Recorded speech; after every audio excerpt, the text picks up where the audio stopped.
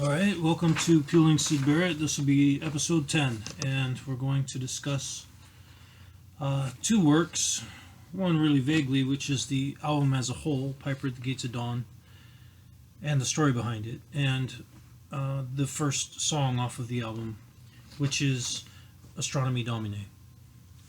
So, let's run through corrections in the beginning like we always do. And for this, I'd like to point out that I messed up my previous call out for the butterfly flutter by, and I said it was from Lucy Leaf, but obviously it's from the song Butterfly, and I'm not sure why I made that mistake, but at any rate, there's the letter transposition, as we discussed before. I'm also going to throw Oscar Wilde quotes in the beginnings of my videos from now on because it seems appropriate.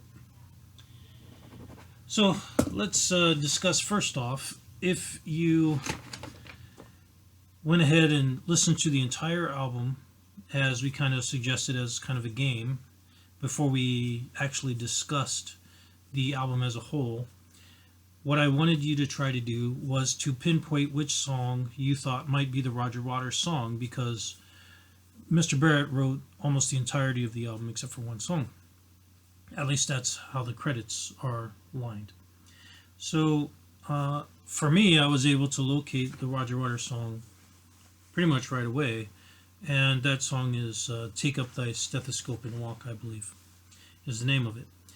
And I was able to pick it up because, frankly, it's a pretty bad song.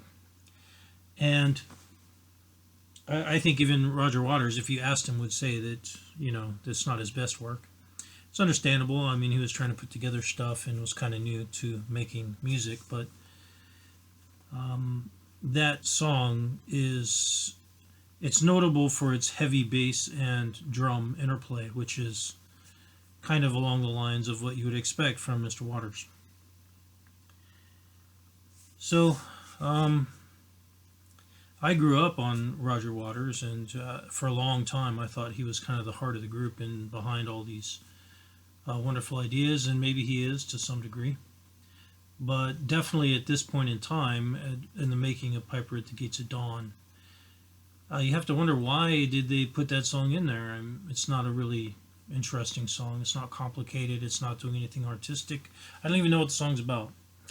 So perhaps that's an indicator there. We've already discussed the video where Syd and Roger are kind of quarreling with one another in the video. Perhaps artistically they were striving against one another to a large degree, but you have to wonder, I mean, the band is his band. It's Roger Waters' band. He's the one that put it together, and Syd kind of came in, and I don't know if it was always understood that he was going to be the lead guy and do these things, whatever else, but it's obvious from watching videos of early stuff that Roger Waters wanted to front. He was posing an awful lot with his guitar while he was playing, and if you notice, Mr. Barrett, he's just kind of standing on the side and quietly playing. So it's obvious to me anyway that Mr. Waters wanted very much to have attention to him, so perhaps he just wanted a piece of the album to show, kind of that he could do it. Who knows? So let's move on then. One of the things that I'd like to discuss first off is the very nature of the title of the album, which is Piper at the Gates of Dawn. Now, this is by Kenneth Grahame, and it's been copyrighted many times, and it's very interesting how many people respect and love this book. It is really a wonderful book. Copyright by Heritage Press in New York, Kenneth Grahame, and 1908 copyright. Now, the basic storyline, and I'm not going to do the entire storyline, but probably the main storyline is that baby otter goes missing, and Rat and Mole try to find him because they're worried about him because he hasn't showed up for a long time. And they're kind of floating down the river on a boat when they come across an eerie sound of kind of wonderful music, and they don't know what to make of it. So I'm going to read you a little bit of it, and you can kind of get a sensation of where this is coming from. So page 98. Let's just go ahead and start reading. Slowly, but with no doubt or hesitation whatever, and in something of a solemn expectancy, the two animals passed through the broken, tumultuous water, and moored their boat at the flowery margin of the island. In silence they landed, and pushed through the blossom and scented herbage and undergrowth that led up to the level ground, till they stood on a little lawn of marvelous green, set round with nature's own orchard trees, crab-apple, wild cherry, and sloe. "This is the place of my song dream, the place of the music played to me," whispered the rat, as if in a trance.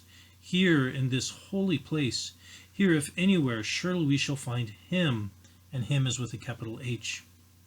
Then suddenly the mole felt a great awe fall upon him, an awe that turned his muscles to water, bowed his head, and rooted his feet to the ground.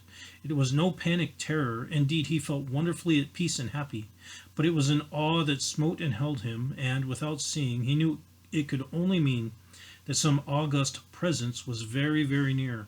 With difficulty he turned to look for his friend, and saw him at his side, cowed, stricken, and trembling violently. And still there was utter silence in the populous, bird-haunted branches around them, and still the light grew and grew. Perhaps he would never have dared raise his eyes, but that, though the piping was now hushed, the call and the summons seemed still dominant and imperious. He might not refuse were death himself waiting to strike him instantly. Once he had looked with mortal eye on things rightly kept hidden. Trembling, he obeyed and raised his humble head, and then, in that utter clearness of the imminent dawn, while nature, flushed with fullness of incredible color, seemed to hold her breath for the event, he looked in the very eyes of the friend and helper, saw the backward sweep of the curved horns gleaming in the growing daylight, saw the stern hooked nose between the kindly eyes that were looking down on them humorously, while the bearded mouth broke into a half smile at the corners, saw the rippling muscles on the arm that lay across the broad chest, the long supple hand still holding the panpipes only just fallen away from the parted lips, saw the splendid curves of the shaggy limbs disposed in majestic ease on the sward, saw, last of all, nestling between his very hooves, sleeping soundly in entire peace and in contentment, the little round podgy childish form of the baby otter. All this he saw for one moment, breathless and intense, vivid on the morning sky, and still as he looked, he lived, and still as he lived, he wondered. "Rat," he found breath to whisper, shaking, "are you afraid?" "Afraid," murmured the rat, his eyes shining with unutterable love. "Afraid of him? Oh, never, never. And yet, Mole, I am afraid." So, right there, I'm just going to point that out because that is their meeting with the piper at the gates of dawn, and obviously they're meeting with Pan, or some form of a faun, as a representative of the caretaker for forest, and it's clearly stated. Now, it may be understandable why animals would look up to Pan as this great helper, friend of nature. Of course, this is all set through the metaphor of animals as, I guess, forms of people. And you have to wonder kind of what is meant to be delivered there. But definitely there are a few things that are worth mentioning. One is the nature of the pipe, the awe, the mourning, the light growing and growing. Of course, there's a light reference there as Lucifer. And I guess the awe without fear. So those are all interesting takes on what is meant by the piper there. Now let's go ahead and move ahead to 102. When they're leaving, after they've kind of rescued Baby Otter and they're ready to go. "I feel strangely tired, Rat," said the mole, leaning wearily over his oars as the boat drifted. "It's being up all night, you'll say, perhaps, but that's nothing. We do as much half the nights of the week at this time of the year. No, I feel as if I had been through something very exciting and rather terrible, and it was just over, and yet nothing particular has happened." "Or something very surprising and splendid and beautiful," murmured the rat, leaning back and closing his eyes. "I feel just as you do, Mole, simply dead tired. though not body tired. It's lucky we've got the stream with us to take us home. Isn't it jolly to feel the sun again soaking into one's bones, and hark to the wind playing in the reeds? It's like music, far-away music, said the mole, nodding drowsily. So I was thinking, murmured the rat, dreamful and languid. Dance music, the lilting sort that runs on without a stop, but with words in it, too. It passes into words and out of them again. I catch them at intervals, then it is dance music once more, and then nothing but the reeds' soft thin whispering. And that's really all I want to relay from the book there. You'll notice that the album, Piper at the Gates of Dawn, has dance music in it. It has some really good, pretty cool rhythms set to it for people to dance to. And it really is the only Pink Floyd album that is loaded with dance music. And that's referenced right there in the book. The wide variety of music within this album is striking, from basically Syd Barrett beatboxing to long winding instrumentals and dance music and power chords that drive things like, I guess you would call it heavy metal in the future, but it's all there in that one album. And if you believe that Mr. Barrett just kind of pulled that title out of the air as it's kind of relayed, that at the last minute he just decided, we'll just call it Piper at the Gates of Dawn, then I guess it's your right to believe that, but you might want to watch out for people that want to sell you bridges, because I think personally that he had been thinking of that album title for quite some time. It makes too much sense. It's tied in too much with the music. So let's go ahead then. That's one art element or work element, which is the album itself and some background information or context information. And what I'd like to do then is have you take a look at the two links for the Astronomy Domine actual song, and then we'll review it. One of them is a pretty basic one, and there's a lot of girls, kind of like go-go girls dancing with some body paint and stuff. And the other one is just the band kind of playing, and it's also a little bit bland, but check those two out. Look up the lyrics, and then come on back and we'll take a look and discuss the nature of Astronomy Domine.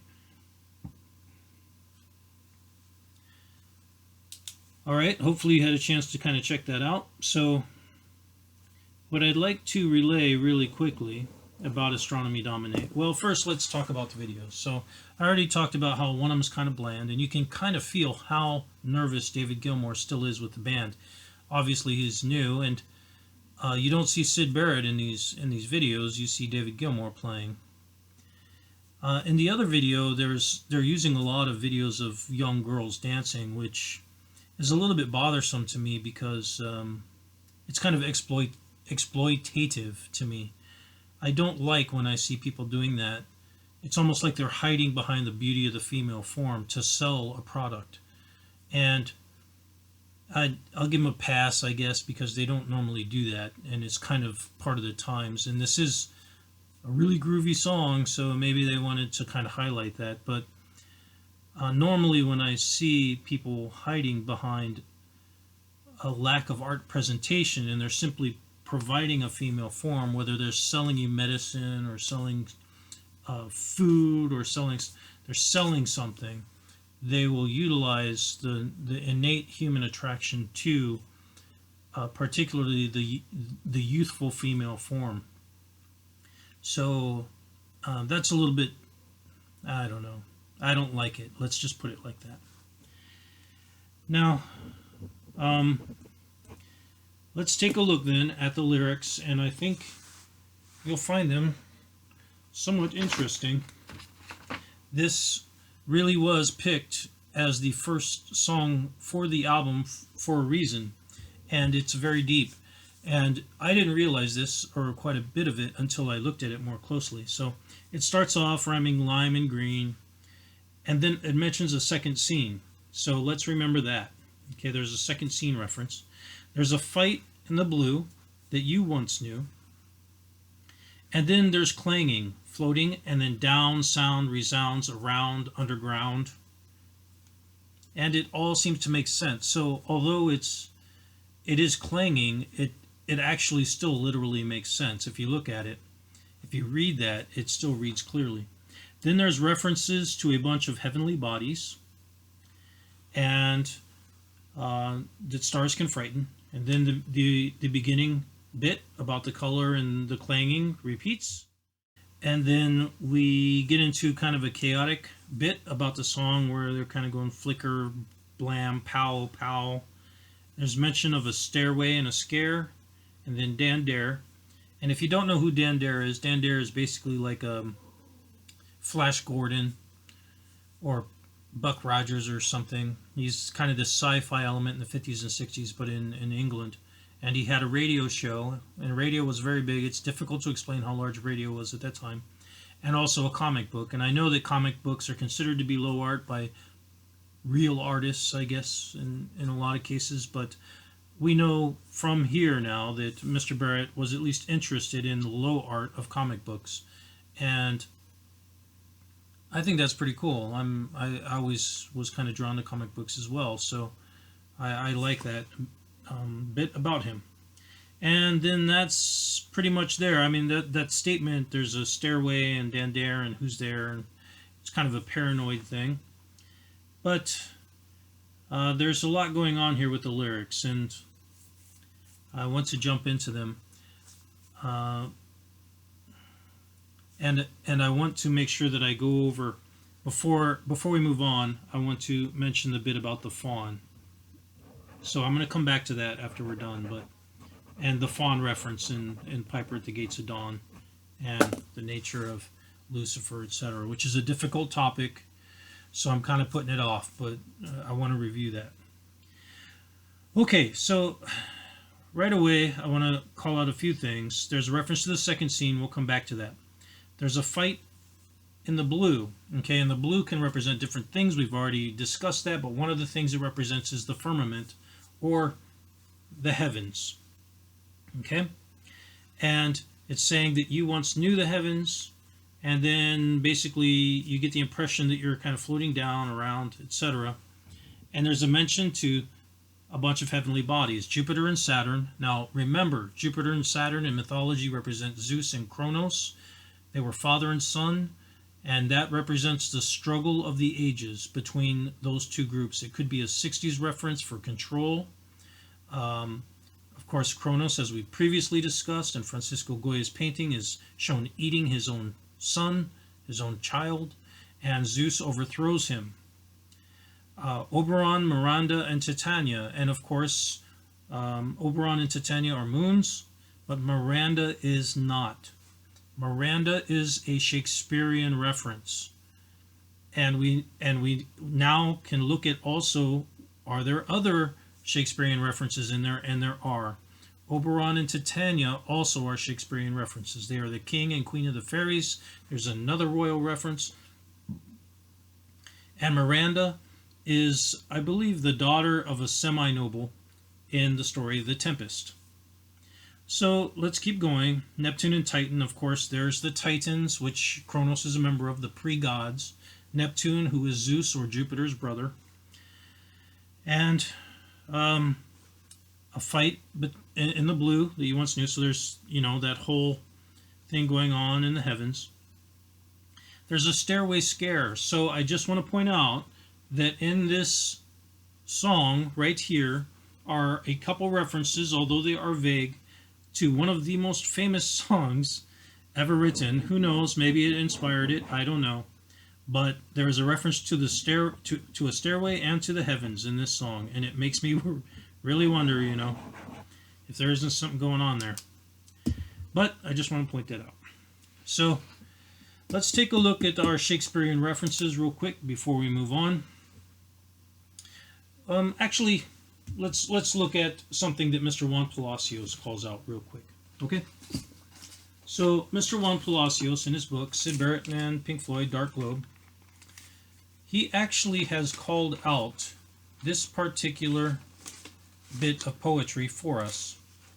It's on page 238, and he has caught that this is a reference to the Song of Asia by Percy Shelley.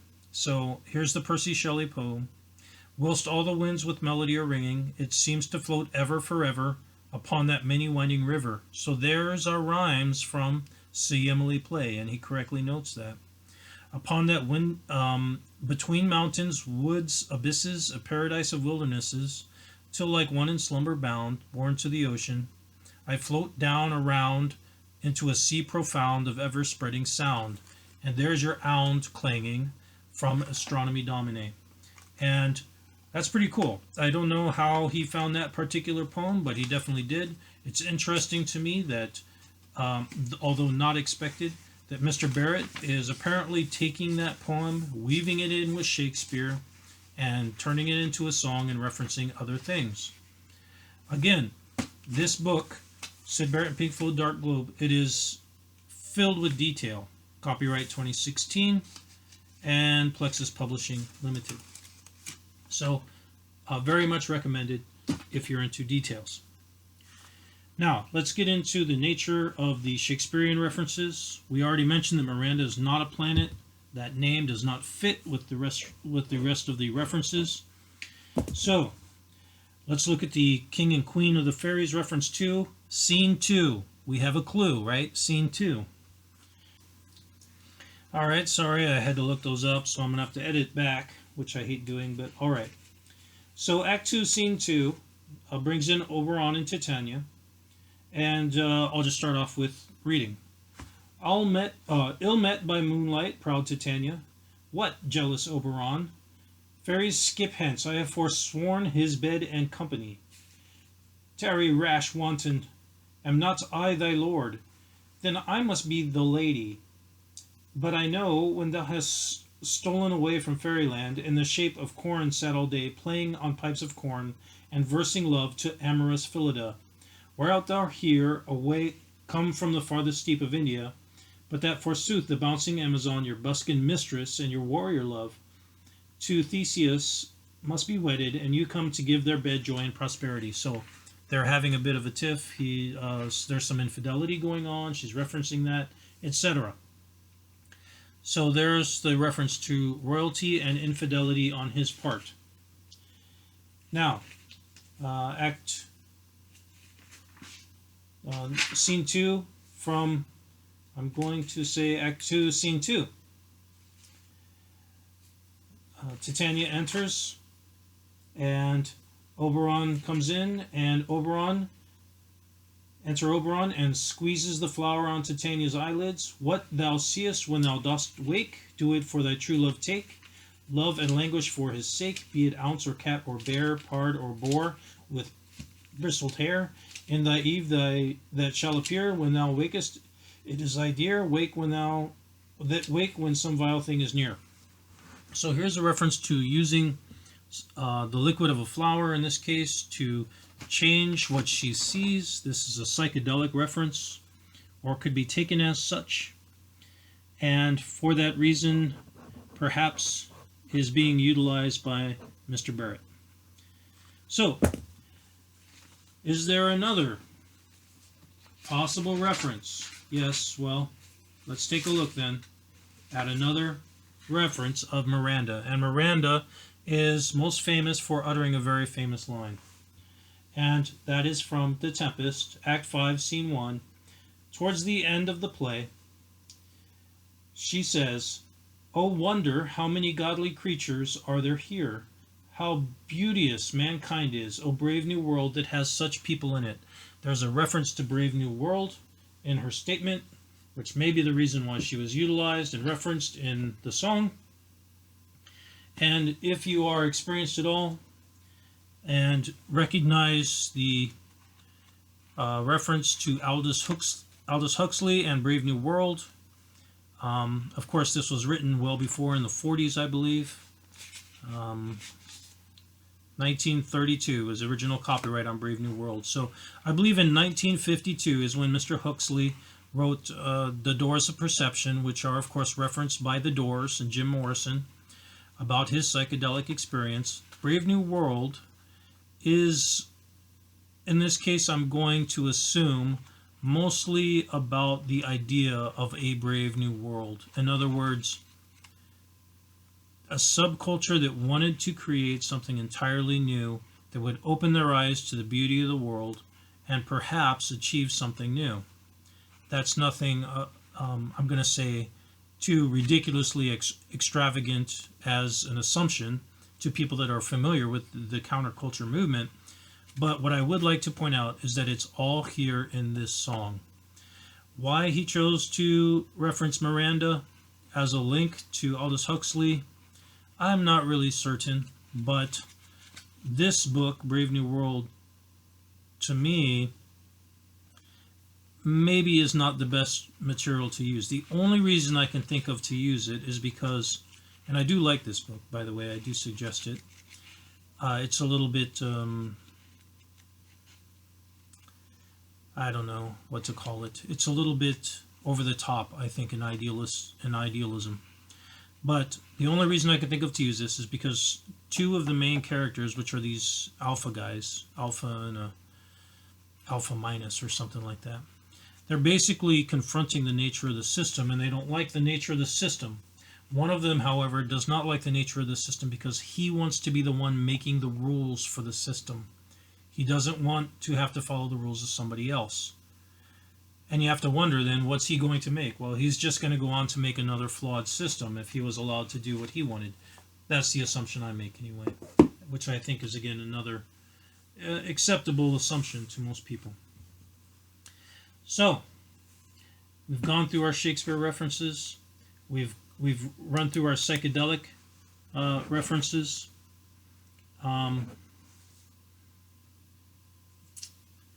I guess that's pretty much it. That's pretty much all I wanted to cover here in this. Let's look through a few of the items that I normally try to do at the beginning, but let's do them now. So music style, odd rhythm lyrically, discordant high harmonies, 2-note slides, and I'm going to also mention here chromatic steps. So do do do do do do do do, that idea of just going through the scale, do do do do do do do do, and turning that into a song. He uses it here. We'll find out he uses it more a little bit later.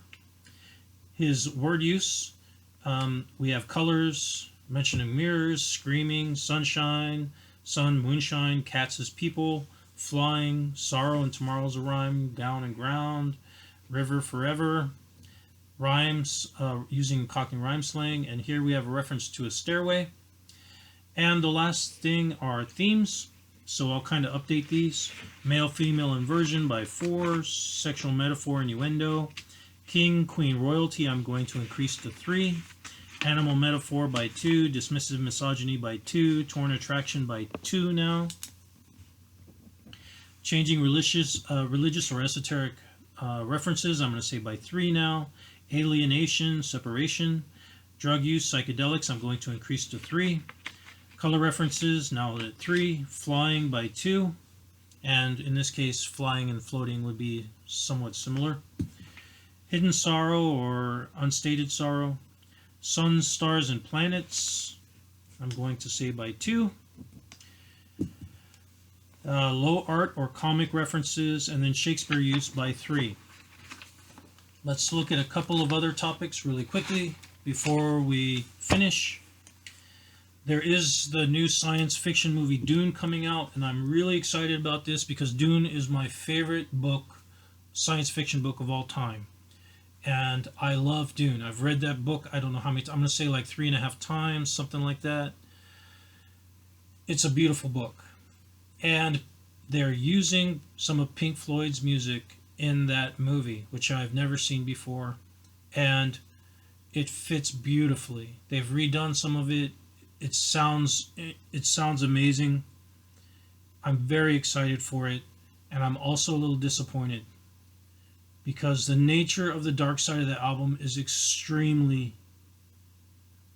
soulful and personal and human, and I really hope that's how they use it in the movie.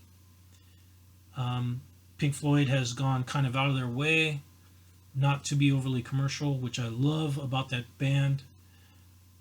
As I mentioned before, I have a lot of respect for David Gilmour. I assume kind of this was his decision, and I hope that he made sure that it's all being put together really well. And if it is done really well, then I'm going to be very, very happy. But I am concerned about it. Not that it's any of my business, you know, I just really love the music. But obviously, I mean, as a fan, that's something that's important to me. The last thing that I want to kind of discuss is I made a song recently. I'm sorry I haven't made this video for a while. I was kind of late on it. I wasn't feeling well, and I got whatever hit me for that song, so I wanted to make that song and get it finished. I'm going to link it if you want to check it out. Kind of what I was doing there was hitting on the idea of abstract poetry. So you can check that out and kind of get a feel for the idea of relaying things to people so that they get a feel for what you're kind of talking about without actually being able to understand directly from the lyrics what you're talking about. And that's what I wanted to try to put together in that song. Obviously, I had an idea for the song and certain, I guess, memories or thoughts that I put in there, but the actual flow and everything else of that song, and I put that song together in about an hour. And I'm not very good at guitar, but like a year ago I couldn't play guitar at all. And when I thought of making this series, I thought I need to learn how to play guitar a little bit. And the first song I learned how to play was Terrapin, and the reason I wanted to learn guitar was so that I could understand kind of what Mr. Barrett was doing with guitar a little bit while I was making this, so I could discuss it. And so I started messing around with guitar, and then I tried to tie other songs to guitar, or other poems at first. I would mess with poems. You can go look at all the other stuff, it's on my channel. But I just want to say that if you're kind of listening to this and you think that you can't write songs, you can. And if you think you can't just kind of learn these things on your own and do stuff on your own, if you really care about it, you can. It takes time, and I'm still really bad at guitar, but I'm definitely way better than I was a year ago. And if you have a talent for imagery or poetry, or just a desire even to try and learn about those things, you could make really good music. So this is a time right now, I guess, when people have some time on their hands to reflect and make things. So I say go for it, you know. At any rate, that's my ideas for this episode. I hope you enjoyed the episode. Please go ahead and like and share and subscribe if you haven't already. And I will see you again soon for episode 11. We'll discuss Lucifer Sam.